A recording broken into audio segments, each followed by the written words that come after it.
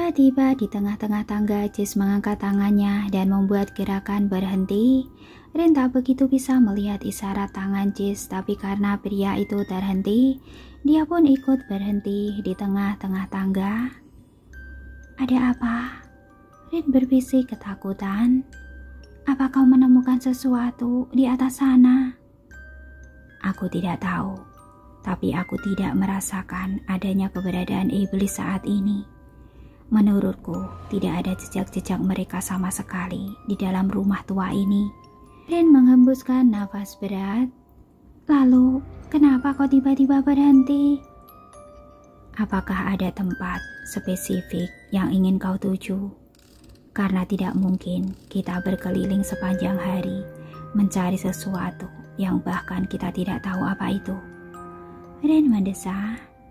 Baiklah, aku ingin mencoba melihat kamarku. Dan di mana itu tepatnya? Ditanya seperti itu, Rin jadi membeku. Dia benar-benar tidak memiliki ingatan tentang di mana posisi kamarnya atau sesuatu yang menghubungkannya dengan rumah itu. Dia hanya teringat pada pohon willow di pekarangan depan dan itu juga samar-samar. Sebelum mereka melangkah lebih jauh menuju ke lantai atas, tiba-tiba pintu di lantai dasar tempat mereka masuk berderak. Mereka berdua bersama-sama menoleh ke sana. Tidak ada apapun yang melintasi pintu itu. Mungkin hanya angin. Kau lupa menutup pintunya kan? Tanya Jess. Entahlah, aku merasa lebih nyaman jika pintu itu tetap berada dalam keadaan terbuka. Apa aku perlu memeriksanya sekarang? Sebuah suara langkah kaki di permukaan lantai kayu yang sudah rapuh menggema di telinga mereka. Suara itu berasal dari lantai atas. Ren dan Jess benar-benar melupakan suara dari pintu di lantai dasar. Mereka berdua berlari dengan cepat menuju lantai atas untuk mencari sumber suara yang lebih mencurigakan. Ayah. Ren pikir itu mungkin ayahnya yang memutuskan untuk pulang ke sana. Kenapa kau berpikir kalau itu adalah ayahmu? Tanya Jess. Entahlah. Ren kesal ditanya oleh Jess sedang dia sendiri tidak tahu jawabannya. Mereka berdua berdiri di depan sebuah ruangan di lantai 2 yang semuanya tertutup oleh debu dan sarang laba-laba. Tak ada jejak sama sekali bahwa pintu ruangan itu pernah terbuka atau disentuh oleh orang lain baru-baru saja. Ren melihat Jess. Gadis itu sudah memutar kenop pintu atau berusaha melakukannya.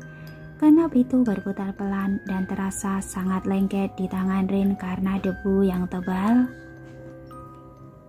Pintu didorong begitu saja dengan sangat cepat. Entah apa yang terjadi, tapi Ren tergelincir di lantai dan hampir menghantam dinding di dalam kamar. Lalu dia berguling atau hampir berseluncur di atas perutnya. Terdengar suara raungan di telinga mereka saat Ren menarik diri untuk berdiri. Jess yang merapat ke dinding sedang meraba-raba dalam kegelapan. Wajahnya tampak terkejut, sesuatu menunduk di atas kepala Jess. Satu sosok makhluk seperti raksasa berwarna hitam dan berukuran sangat besar berdiri di depannya. Nafas raksasa itu sangat panas dan bau.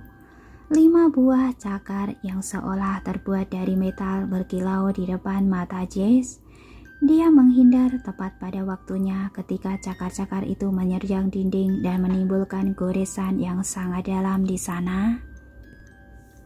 Ren tertegun, dia berada di belakang raksasa bertubuh hitam itu.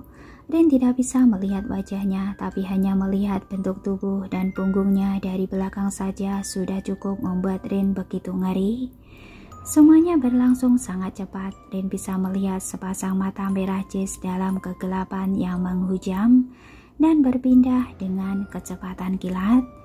Jess menyerang dan menyayat monster raksasa hitam itu juga menggunakan cakar-cakarnya yang tajam. Raksasa hitam itu mundur terhuyung-huyung sambil mengeluarkan lenguan yang sangat menakutkan. Jess berputar lalu berlari ke arah Rin. Dia menarik lengan Rin hingga berdiri tegak lalu mendorongnya turun meninggalkan lantai 2. Rin dapat melihat monster itu di belakang mereka sedang mengikuti. Langkah-langkah kakinya terdengar sangat berat, tapi kecepatannya setara dengan laju lari mereka. Jess dan Rin berlari dengan sangat cepat, hampir-hampir mereka berseluncur di tangga. Ketika mencapai lantai dasar, mereka masuk ke salah satu kamar dengan asal dan membanting pintu dengan sangat kuat hingga tertutup rapat. Dinding-dinding ruangan itu bahkan bergetar ketika pintu menghantam kusennya. "Buka jendela," perintah Jess. "Kau harus lari dari sini." "Bagaimana caranya?" tanya Rin. "Jendela ini macet." Jess sudah berdiri menantang di depan pintu yang tertutup dengan kedua cakar yang sudah mencuat dari ujung-ujung jarinya. Rin bisa mendengar suara geraman dari tenggorokan Jess. "Monster yang lain," pikir Rin. Dia tidak bisa membayangkan menatap wajah Jess yang mungkin sama menakutkan dengan si monster yang sedang memburu mereka. Ada satu hantaman lagi dan kali ini engsel copot sehingga pintu itu terbang.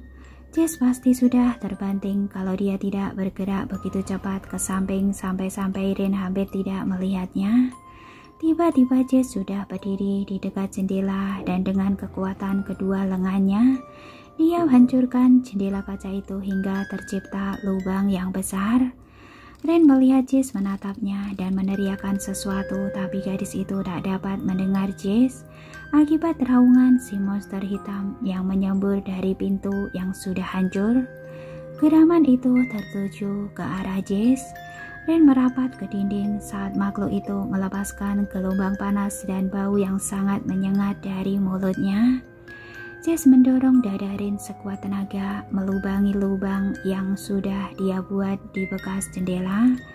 Tubuh Rin terlempar keluar dari rumah dan jatuh berdebum di permukaan salju yang sangat dingin. Rin sibuk dengan tubuhnya sendiri, tulangnya serasa diremukkan secara bersamaan. Ketika dia menoleh ke arah rumah, hanya terlihat kilatan-kilatan cahaya berwarna merah dari pertempuran antara Jess dengan si monster hitam. "Apa yang harus aku lakukan?"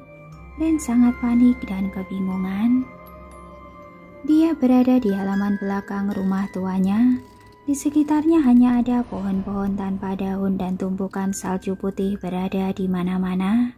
Rin mencoba bangkit mundur menjauhi jendela rumah itu. Dia menoleh ke sekitar dan mencoba mencari bantuan atau alat apa saja yang bisa digunakan sebagai senjata. Gerakan di atap rumah tertangkap oleh mata Rin. Dia menengok ke atas dan masih sempat melihat bahwa ada sesuatu tengah meluncur ke arahnya. Sesuatu itu menabrak balkon, menerbangkan salju di atap dan serpihan kayu ke udara. Pada detik yang sama, Jess melompat keluar dari lubang yang dia buat di dinding. Namun sayangnya kemunculan Jess sedikit terlambat. Sepasang tangan besar memegangi pundak Rin, menusuk dagingnya, mengangkat Rin dari tanah. Rin terus menendangkan kaki, dia merasakan sensasi kehilangan pijakan yang mencekam. Rin menjerit sangat keras saat dia ditarik ke angkasa. Ranting pohon masih dalam genggamannya sebagai alat perlindungan diri terakhir. "Rin!" teriak Jess putus asa. Ada yang memegangi Rin, sesuatu yang bersayap. Dalam sekejap Jess bertanya-tanya, apakah si iblis entah bagaimana telah meroyak kulitnya dan melompat keluar begitu saja dari tubuh Jess. Tapi tidak, makhluk bersayap yang menangkap Rin merupakan makhluk rendahan menjijikan yang sangat Jess kenali. Itu bukan monster yang ada di dalam diriku. Satu lagi makhluk bersayap hitam menukik ke arah Jess. Entah dari mana datangnya, makhluk yang ini sosoknya terlihat seperti perempuan. Rambutnya hitam digelung ke atas kepala, bisepnya dilapisi dengan besi-besi yang terlihat tangguh. Monster apa mereka ini? Pikir Jess. Erika dan Randall melangkah ke depan Jess untuk melindunginya. Tapi sasaran makhluk itu bukanlah sang pangeran. Makhluk itu datang untuk menangkap para pasukan kegelapan pengawal sang pangeran. Makhluk bersayap hitam itu datang untuk memburu pasukanku, umpat Jess.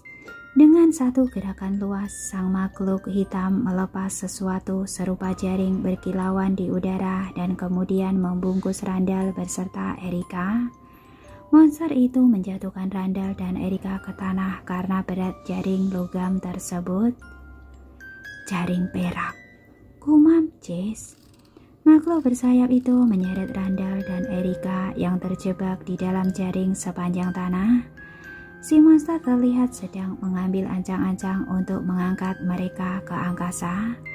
Jess tidak ragu-ragu, ada saatnya untuk bertindak diam-diam dan ada saatnya untuk langsung main serbu. Jess berlari menghampiri sang makhluk bersayap dengan merinjak-injak tubuh Erika dan Randall yang meronta-ronta. Mereka mengerang saat sepatu boot Jess mengenai tubuh mereka. Jess melepaskan tembakan dengan kedua pistol yang selama ini dia simpan di balik mantel. Burung-burung dan serangga yang bersembunyi di balik pepohonan tiba-tiba berterbangan. Mereka membentuk pusaran hitam di langit yang pucat. Makhluk bersayap itu tak berjengit, kulitnya memperkuat dengan runa sihir yang teramat efektif. Pistol Jess tak memberikan efek apapun padanya. Jess mengesampingkan pistol tapi tidak memperlambat langkah. Dia mencabut belati dan melompat ke punggung sang monster bersayap lebar.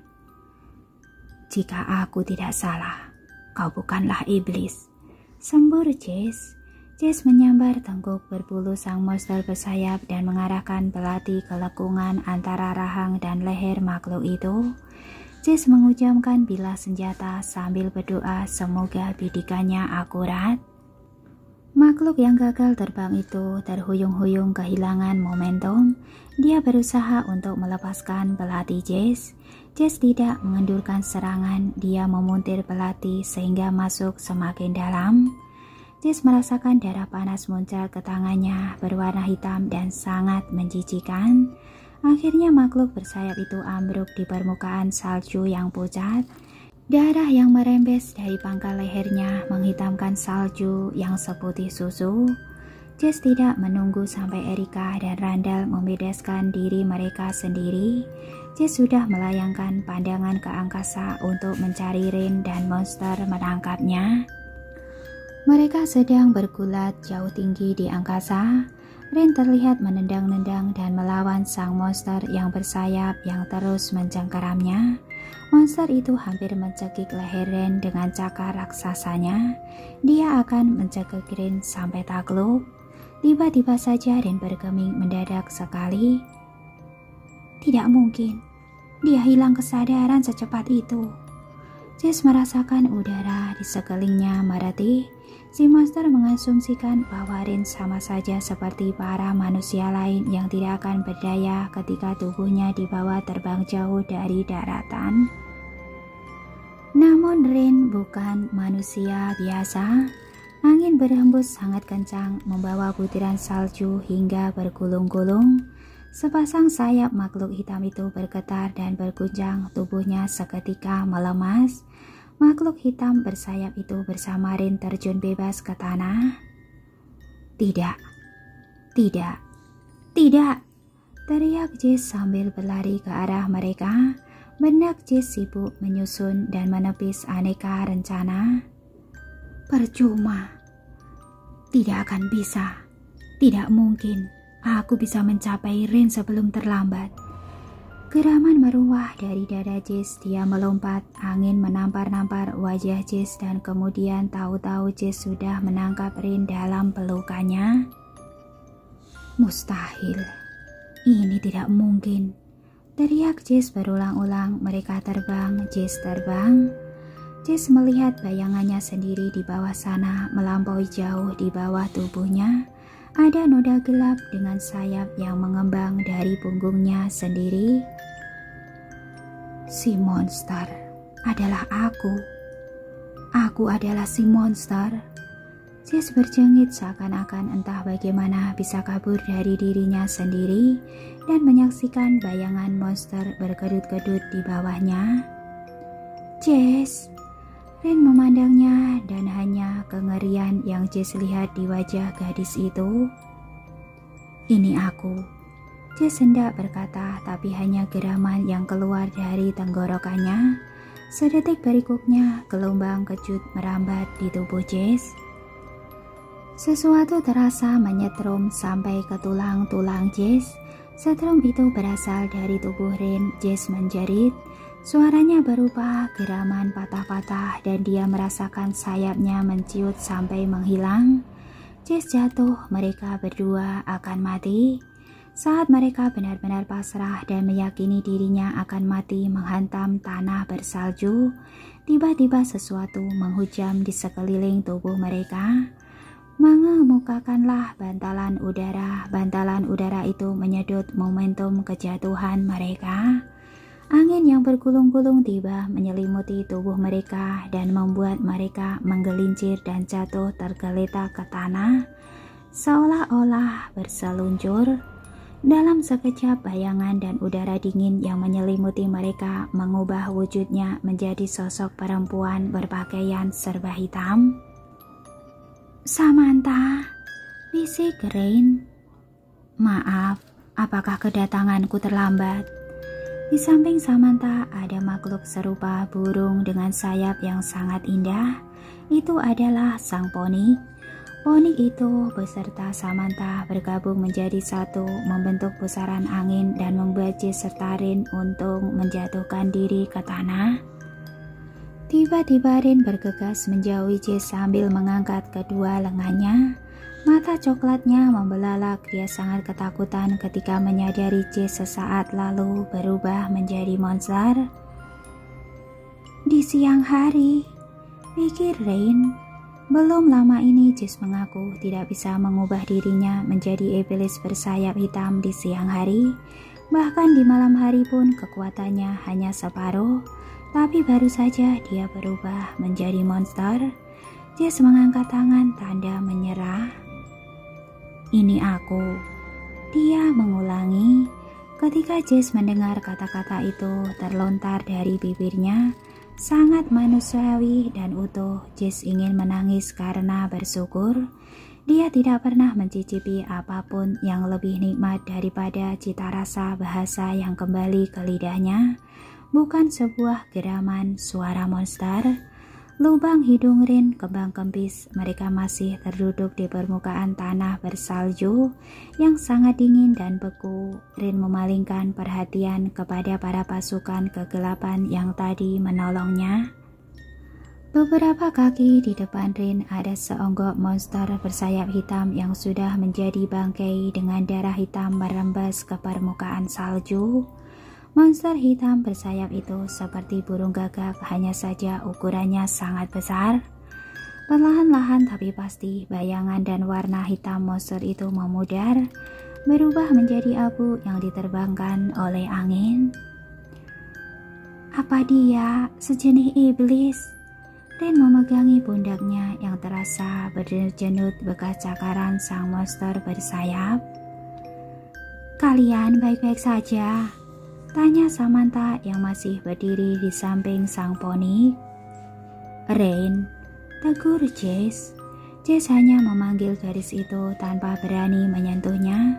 Bagaimanapun Jess masih trauma ketika mengingat berada di atas udara dan tubuhnya terasa tersetum. Jess yakin sengatan yang sangat kuat itu datang dari tubuh Rin meski dia tidak bisa menjelaskan bagaimana proses terjadinya. Rin menengok, kulitnya pucat, matanya terlihat berapi-api karena marah. Sekejap Rin sepertinya tidak mengenali Jess. Kemudian bibirnya terbuka dan bahunya merosot. Rin memundurkan tangan dan ambruklah tubuhnya ke permukaan salju. Sekali lagi dia bersimpuh dan menarik napas panjang. Apa yang sebenarnya terjadi di sini? Sekelebat bayangan dan pergerakan sangat cepat meninggalkan semak belukar dan pepohonan yang rapat di kejauhan. Pada batas pekarangan rumah masa kecil Rin ada sebuah hutan kecil. Erika dan Randall sudah siap untuk memburu bayangan yang menjauh itu, tapi Jess menghalanginya. Kita tidak tahu siapa mereka.